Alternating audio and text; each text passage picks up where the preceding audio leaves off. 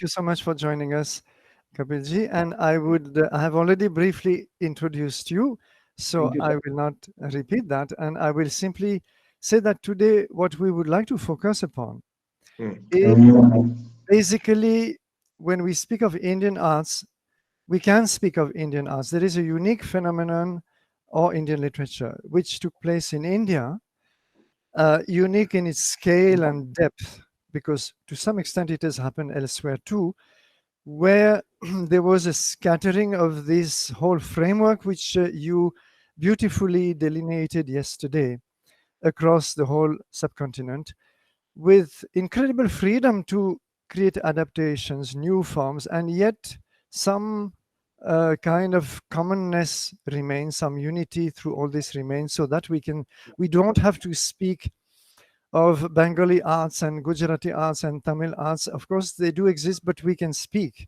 of Indian arts and Indian literature. So to start this, I thought that the best way, Kapilji, would be if you could tell us that parable of Raja Shekhara, which you told me one day, of the honeymoon, if I may put it that way, of Kavyapurusha and Sahityavidya. That is such a beautiful story, and it is exactly at the core of our course this semester.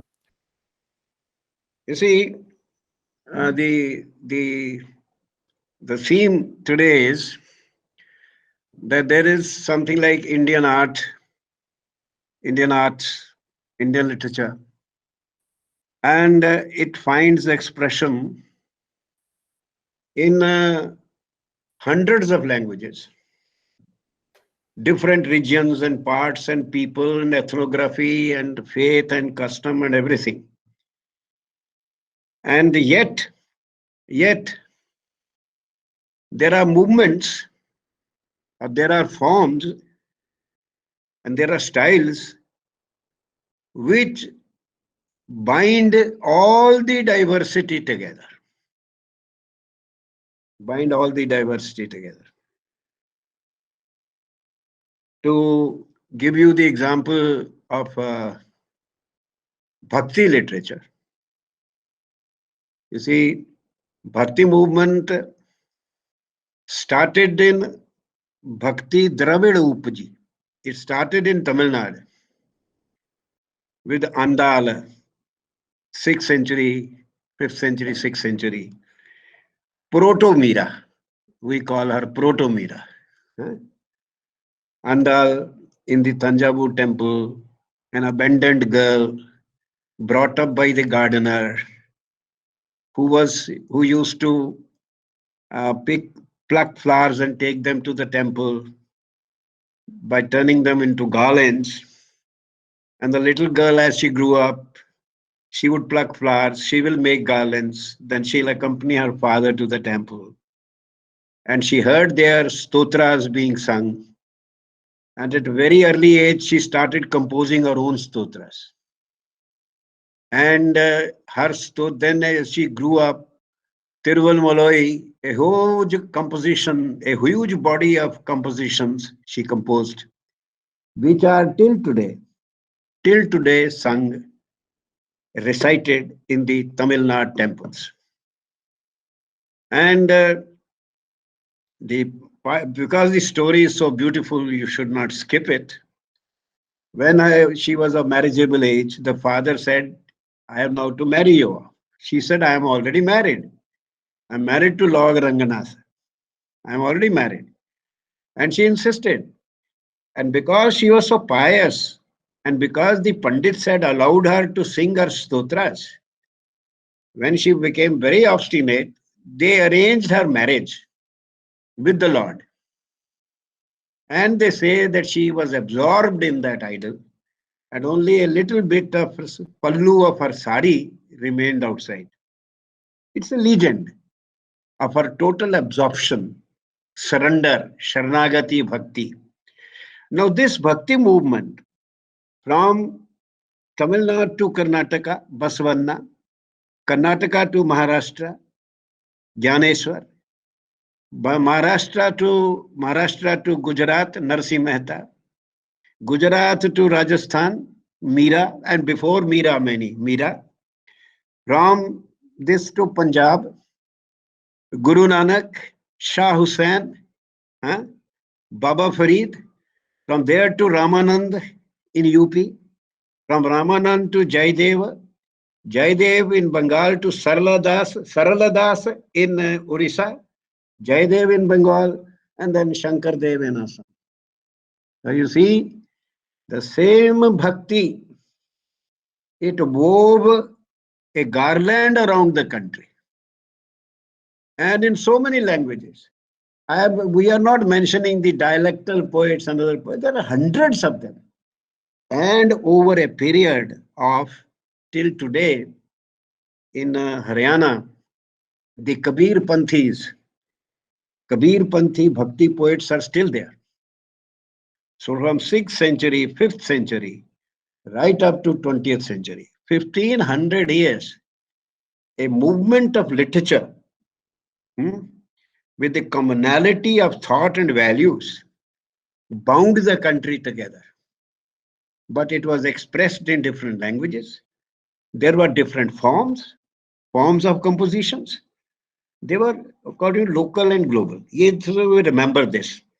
This example, the Ninoji, I think, answers many questions.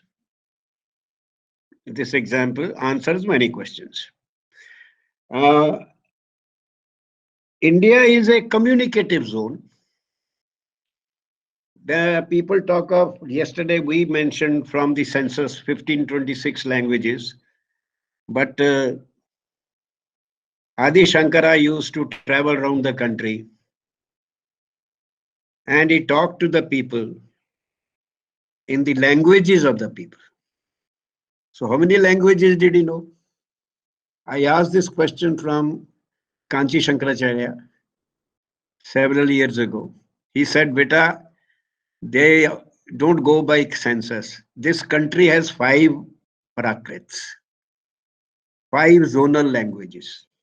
You see, he asked me, you come from Amritsar, the language you speak, kind of a Hindi. You come right up to Delhi, you go to Haryana, you go to Rajasthan, you go to Gujarat, you go to Maharashtra, you go to Madhya Pradesh, you go to Uttar Pradesh. The same language will take you all over. So, and when you come to Maharashtra and go down to Belgaum, if you are walking through the country, you won't even realize that you will be speaking a modified language, and yet complete intelligibility is there. People will understand you, you will understand them, right? And that is the Dravida group. And then comes to Andhra, Tamil Nadu and Malayalam and Kannada and Telugu. Move north, come to Odisha to Bengal to Assam. You have the 3rd Prakrit. Then Sino-Tibetan, 4th Prakrit, 5th over the hills right up to Dardik in Afghanistan. 5 Prakrits only. So this country is a communicative zone. And it is because it's a communicative zone, that means it is also an intellectual zone. I mean, a zone which is bound by the same intellectual preoccupations. Then it is conventionally, divided into, that's why there is the tree under which Mahatma Buddha sat, Bodhi tree. Ashoka took a sapling of that tree, gave it to his son and daughter in Vidisha. The son and daughter took it to Ceylon, and in Anuradhapur it was planted. And that tree in Anuradhapur, Bodhi tree, has been maintained, that is, as the tree ages, then from one of its roots, another tree comes like this. So Anuradhapur and then in 2008, when we established the Sanchi University in Madhya Pradesh, we invited the President of Sri Lanka and the King of Bhutan on the foundation for foundation stone. The king of Bhutan, because Sanchi University was a Buddhist Indic university that has been established. So king of Bhutan, a Buddhist, he brought sanctified bricks from his country. And the president of Sri Lanka brought a branch of that Bodhi tree from Anuradhapur. And it was, and the foundation, the bricks were laid, and then this Bodhi tree was planted. And today, if you travel from Bhopal to Sagar, on the main road, when you come near Sanchi, you ask the driver to stop, and you will see right on the hill, on top of the hill, that beautiful Bodhi tree growing now. Beautiful. So you see, there are 3 Bodhi trees. They bind India into regions and also into a time span of 2700 years. 600 BC to 2008, 26. So people who say, is this a country? Our constitution makers, like most of English educated people, quite ignorant. They asked themselves, are we a nation? Are we a nation? Well, look at this Bodhi tree. And look at the Bhakti movement. Do you need to ask that question? That we are one people, we are one country. The foreigners had never any doubt about us.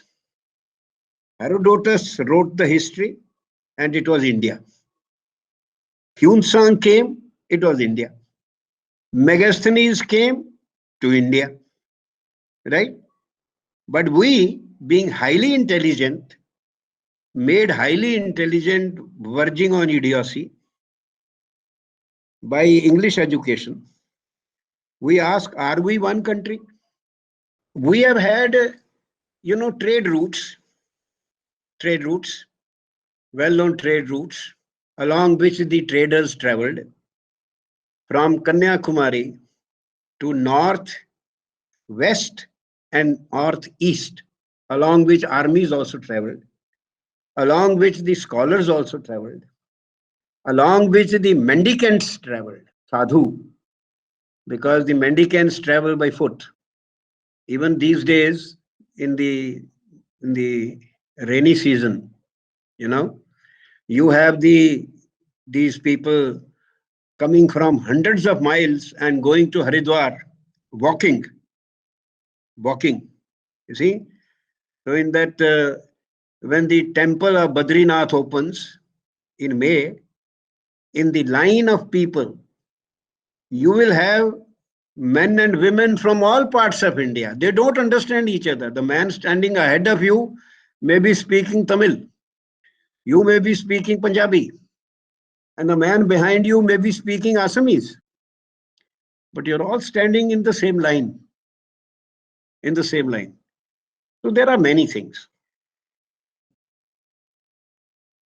Look at the poeticians, people who have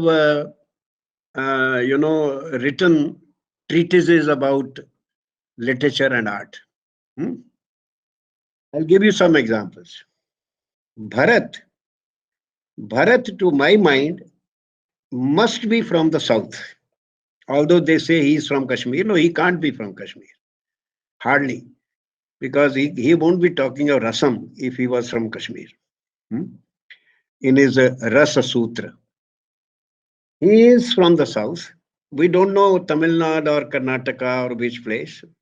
Because Bharatanatyam is a dance in which the lady dresses in sari, cotton sari or silk sari. And if in Kashmir, you can't dance with a sari. It is so cold, you will be frozen. You will become a statue. Therefore, it's reasonable to assume that since Natya Shastra is all about Bharatanatyam, and Bharatanatyam is a dance form of the South, of the south, that Bharat was from south. Dandin, 7th century, was from Kashmir. Bhama, again 7th or 6th century, 7th century, was from Bengal. And interesting reason, we have no biography, but we say he's from Bengal because his book, his theory of literature, it has a combination of logic and emotion. Logic and emotion, combination of logic, and that is characteristic of the Bengali people even today. They are very logical and they are very emotional. You see, very emotional. So Bhama, when you read Bhama, you feel he must be from Bengal. He was certainly from the east, no doubt about that. Anandavardhana was from this Uttar Pradesh area, Kannauj area. Kuntak was from Karnataka. Bhojaraj was from Madhya Pradesh. Abhinav Gupta was from Kashmir. Apaya Dikshit was from Tamil Nadu and he died in Chidambaram. Apaya Dikshit. And Pandit Jagannath was from Banaras. Now you see, I could give you poeticians from all parts of India. So this is the thinkers about art and literature. They come from all parts of India. Right?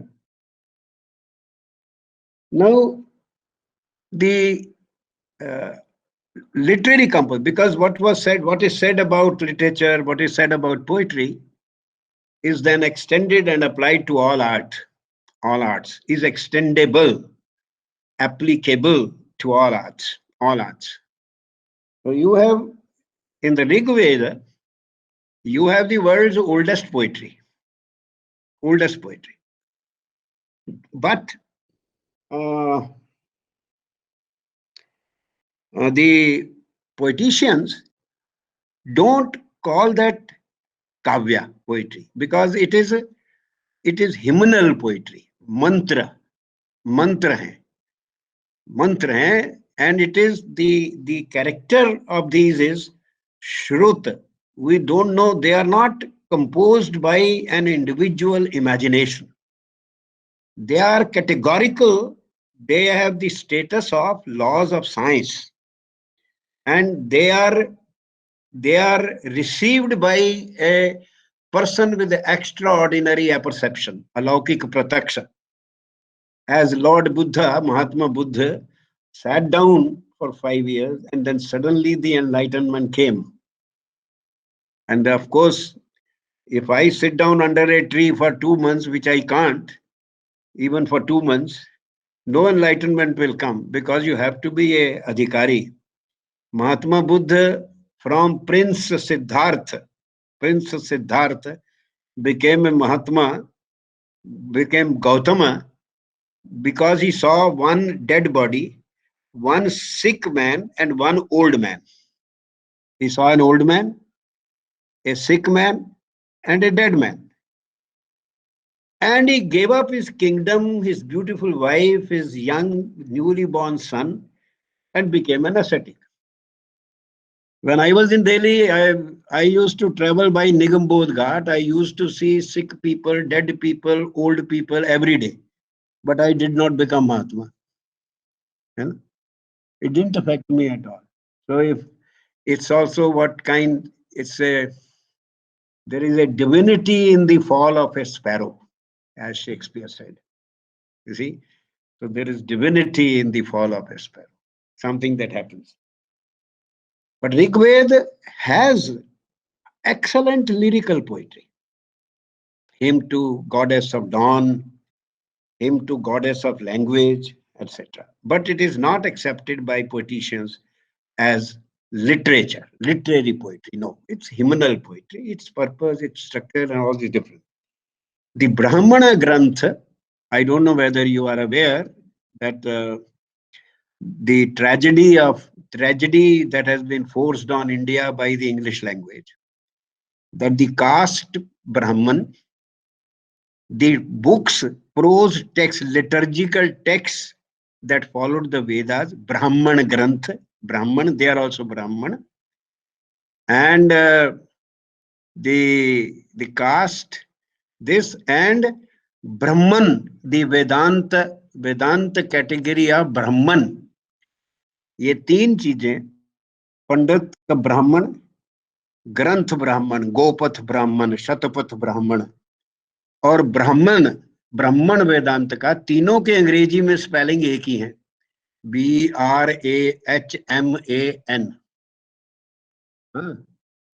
तो पढ़े लिखे लोगों ने वो जो, there were 3 schools of thought, the Brahman संप्रदाय, it was Brahman संप्रदाय, ब्राह्मण वेदांत, ब्राह्मण संप्रदाय, बौद्ध संप्रदाय, Jain Sampradaya. We have had these 3 collaborative contending schools of thought. Collaborative contending schools of thought. Again in a lecture, sir, later. And so you see these 3 groups. Now Brahman was the Vedantic Brahman. But our highly educated Indians, English language, they thought it was Brahman, caste. So Brahman, Brahmanvad, Brahman, Dharma, Brahmanों ने बड़ा अत्याचार किया, Brahman, सब Brahman हो गया. Thanks to English language. It is not Brahman, it is Brahman. अंग्रेजी में BRAHMAN. अब तो कहते हैं कि अंग्रेजी भी देवनागरी में लिखनी चाहिए, तो प्रोनाउंसिएशन सिखानी नहीं पड़ेगी. जैसे put and but in English है ना, PUT BUT. अब एक को बोलते हो पुट, एक को बोलते हो, पर अगर somebody जो कोई बोले कि पुट को पट बोले और बट को बुट बोले तो बोल सकते हैं ना. पर अगर आप देवनागरी में लिखेंगे पट पट और बुट बा ऊट, गलती हो ही नहीं सकती, नहीं हो सकती ना. And for your information, it is from the Devanagari alphabet that Henry Sweet got the inspiration to develop international phonetic alphabet, where one symbol stands for one sound. You see, one symbol stands for one sound. Anyways, so Brahman Granthas are the first prose of the world, earliest prose. Rig Veda is the earliest poetry of the world, right? But as I say, they are, the poeticians do not start the origin of Kavya, origin of literature as art from Rig Veda. There, Agni Purana, one of the Puranas, gives you the origin of this literature, poetry. And then we have a number of texts, treatises. I've given you the names of writers. There are texts which I've given. The origin of Kavya or literature, how it originated, what was its nature and character, and how it spread around the country. This is captured by what Daninoji was saying, is the narrative by Rajshekhar. Rajshekhar was a court poet in Kannauj. Kannauj. Yashovarman of Kannauj was a very famous ruler who we know had blocked all the 5 passes in the Himalayas because the Chinese were threatening to attack. So Yashovarman of Kannauj was so strong that he blocked all the 5 passes, which modern India is not able to.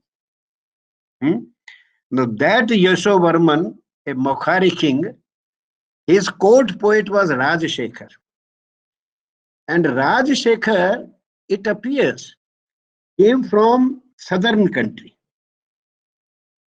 But when he came there, he fell in love with a very learned lady whose name is Avanti Sundari. Avanti is the old name of Ujjaina. So that lady was from Ujjaina. And she was a very learned person, a poetess and all that. And of course, she was beautiful because her name is Avanti Sundari. And Rajshekhar is the only Indian intellectual who quotes his wife. He quotes his wife. So he must have admired her very much. In Kavya Mimamsa, he quotes his wife in support of something. Rajshekhar wrote the book Kavya Mimamsa, 7th century, 7th to 8th century, in between. Kavya Mimamsa, I must mention here because it was translated, it has been translated into English only once. And it was done by my student. In 2 universities, it is also a prescribed text people read, MA English. You see, Rajshekhar's Kavya Mimamsa. No, in Kavya Mimamsa, in the legendary mode, you see, the Indian mode is legendary. हमारे जो text हैं legendary mode में होते हैं. जैसे बहुत पुरानी कहानी शुरू होती है ना, ऐसे बहुत पुरानी बात है, एक राजा था, है ना, बहुत पहले की बात है, एक राजा था. So in the learned text it is, okay, at one time either Brahma or Lord Shiva, they are sitting and they call some human beings and they give them some jobs to do. So for example, in Natya Shastra, which is a encyclopedic text of art, it's about music, it's about dance, it is about songs, and it is about drama enactment. It is about performance. It is the semiotics of communication. The entire semiotics of communication, mode of communication, how you communicate. And that was composed 2nd century BC. 2nd century BC, around the time a little later than Mahabhashya. In Mahabhashya, Patanjali, I told you, no, I didn't tell you, I told somebody else, because I have been talking so much, I don't know what I said where. In Mahabhashya, at that time, there were 2 fashionable cities in India, 2nd century BC. Pataliputra, Patna, and Mathura. And Patanjali in Mahabhashya says that the girls of Mathura dress far more smartly than the girls of Patna.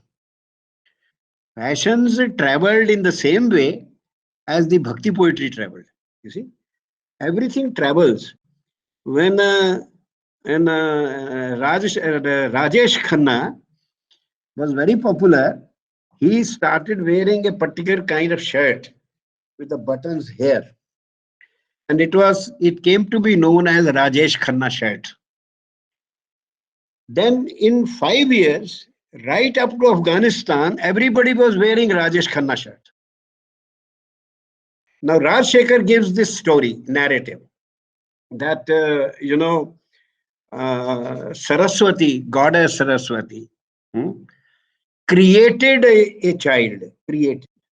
And actually, they can't say a child was born of Saraswati. She created a child. And the child was created, it addressed his mother in metrical language. Metrical language.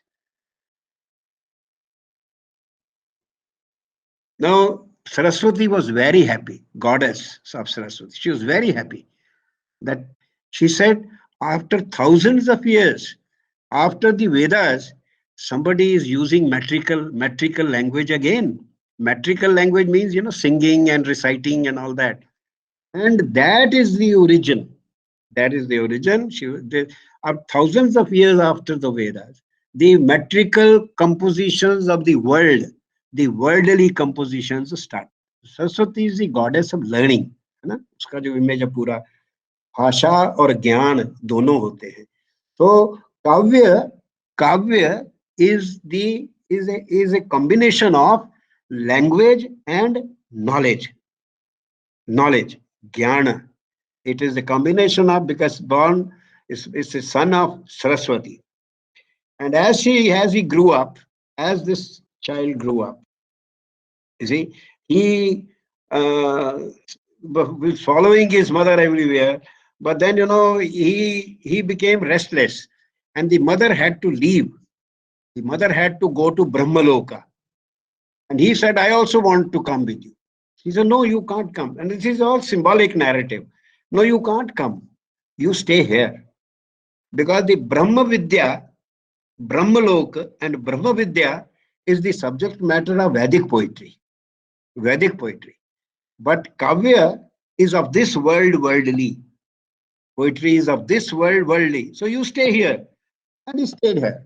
But he was restless.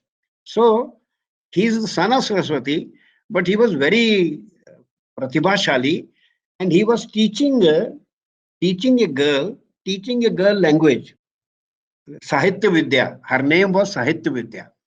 And he was teaching her how to compose kavya, what is meter. And this couple, this is a legend, this couple, Kavya and Sahityavidya, they together traveled all over the country.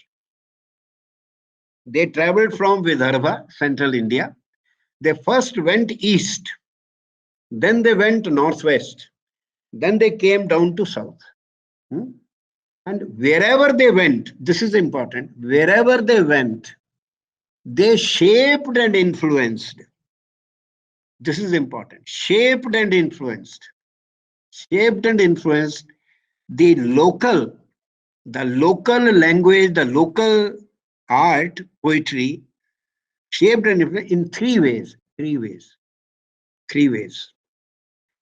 In pravritti, that is dress and ornaments. So they borrow, the fashion comes and the fashion is adopted. In the same way, this couple who comes from the heartland of India, Vidarbha, central, because Vidarbha touches Andhra, Vidarbha touches Madhya Pradesh, and Vidarbha touches Maharashtra. So that is where Nagpur is. That is where Ujjain is, you see. And from here, these people, they travel. And wherever they went, they shaped and influenced the local styles, local compositions in three ways. In appearance, dress and ornament. In vritti, in song and dance. And in riti, lexis and mode. You see, for example, poetry can be veer ras, ojasvi, or poetry can be sweet, as in lyrics, or poetry can be pleasant and udara, liberal and so these are the three terms: Bharati and Magadhi and Gauri. Three styles are there, and wherever they went, their dress, their appearance, form of composition, and their music and their songs, and thirdly, their lexical choices and the tone of their compositions. It shaped and influenced the local. So they first went east, then they went northwest, then they went south.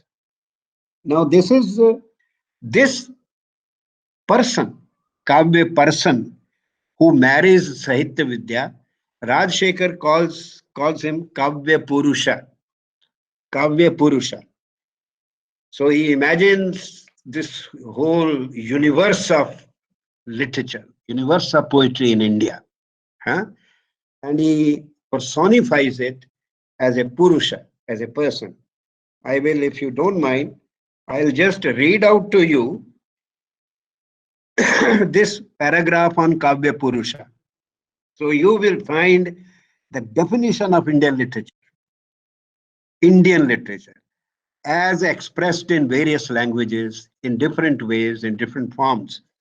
But 7th century, our friend, this Rajshekhar, He describes it in the form of a, yeah, listen carefully. Words and meaning together constitute its substance. Kavyapurusha, the person of Kavya, the person of literature. What is it? Word and meaning together. Shabd arth sahito kavyam. Dharma. Shabd or arth combined constitutes kavya.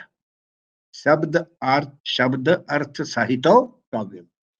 Words and meaning together constitute its substance. Literature की substance are words and meanings. Sanskrit language is its mouth. Prakrits are its arms. Prakrits are its arms. Apabhranshas, its thighs. Paishachi languages, dialectal languages, its chest. Large number of them. These are in all languages. Prakrits, Apabhranshas, and Paishachis. These languages are mostly northwest and पहाड़ों की languages. पहाड़ों की भाषाएं. Even that is honest, sama, leveled,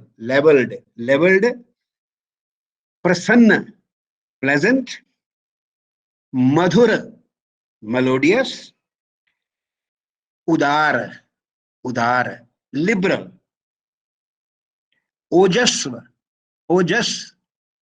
vigorous. These are your attributes. These are the attributes of Kavya. You see, these are sama, prasanna, madhura, and ojas and udar.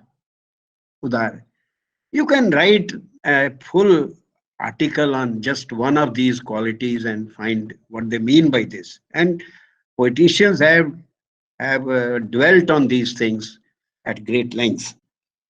So these are your attributes, qualities. Meter, chand is your pores. Skin ke pore hote na. Meter, because the entire compositions are chandobadh, are metrical. So meter se bande hue hain. I often say that why in India even the Shastriya Granth, intellectual texts, are metrical.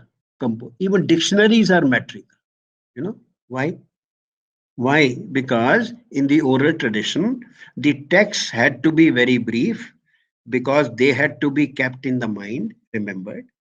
And meter functions like a discipline, like a jacket in which you have to express your ideas. You have to express exactly what you want to say in a given number of words. So you use meter. अगर वो जो आठ syllable इधर और 8 syllable 16 syllable में उसमें आपने बात कहनी है. भर्तृहरि ने कारिकाज में 16 सिलेबल्स में अपनी बात कही है. The entire grammar of Panini, world's only complete explicit rule bound grammar, the entire grammar is only in 32,000 syllables, not even words, syllables. So, as Maclean, the poet, said, if you metricalize grief, your grief becomes less. अगर आप अपने दुख को मेट्रिकलाइज करते हो, control करते हो, metre में डालते हो, तो आपका दुख कम होता है. तो metrical, Kavya is metrical. Guru Nanak's Guru Granth Sahib is metrical. Rigved is metrical. These are intellectual texts of the Sanatana Dharma. The first Bodhik Granth of Sanatana Dharma is Rigved. And the most modern intellectual text of Sanatana Dharma is Guru Granth Sahib, 16th century. And both are, Rigved is in Chand and Guru Granth Sahib is in Rag, Rago mein hai. You see, usme 10 mandal hai, isme 10 guru hai. You know, in fact, if you take these two as the two ends of the Howrah Bridge, when you have the entire history of ideas, how the continuity of civilization, intellectual civilization, from Rig Veda to Guru Granth Sahib. Rig Veda is a Sangrah Granth. In Rig Veda, the ideas of the learned people of the time, rishis, have been put together. And Guru Granth Sahib mein, the learned people of the time, the bhaktas, the bhattas and the bhaktas, even Namdev, you'll be amazed that Namdev perhaps was from Maharashtra. You must have heard of Gyaneshwar. Gyaneshwar was a remarkable man. At the age of 15, he composed his commentary on the Bhagavad Gita, Gyaneshwari. It's a granth that must be read by any educated Indian, intelligent Indian. At the age of 21, he took Jivant Samadhi. He Jivant Samadhi le li kisme. Namdev was 2 years older, but his disciple. And Namdev was present when Gyaneshwar took Samadhi. And then Namdev left Maharashtra, Pune. He left and went where? Punjab. He went to Ghumman village in Punjab. And will we still ask ourselves, are we one country? Here is in the 13th century, 12th century, a Maharashtrian poet leaving Maharashtra and going to Punjab. And Namdev's poetry is first found in Guru Granth Sahib, not in Maharashtra. Not in Maharashtra. You see? So this is how this answers many. Anyways, I'll just go back to this. I read out. So it's all these dialects are spoken. In these Peshachi and Apabhransha and Prakritas and Samskrita, the entire length and breadth of the subcontinent is included in this, right? And these are the attributes. And meter is your pores, meter. Question followed by an answer. Conundrum or a quiz. Problem, these are your modes. These are some of the forms. There is your Antakshari, and there is your in the marriage. In the marriages in India, they sing small quizzes, and the girl side will sing a quiz, and the boy side has to answer. So these are the forms. These are some of the forms. Only some of the forms. Anuprasa, illustration, alliteration, repetitive, upma, simile, and such other devices are your ornaments. Alankara, they are your alankaras. And even Shruti dealing with ultimate meanings, praises you. Even for example, Brahma is called Adi Kavi,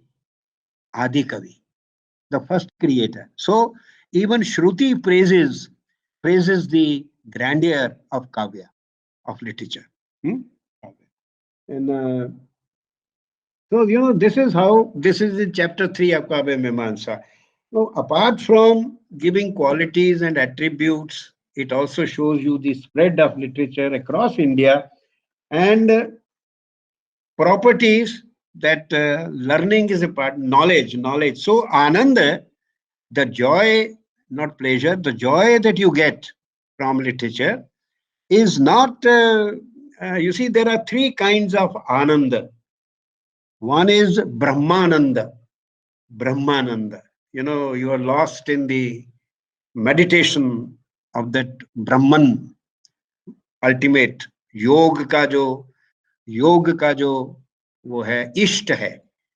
When you meditate, so Brahmananda, and it is claimed by people that there is nothing like that Ananda that you get when you become one with everybody, because ultimately Brahman is immanent in everybody.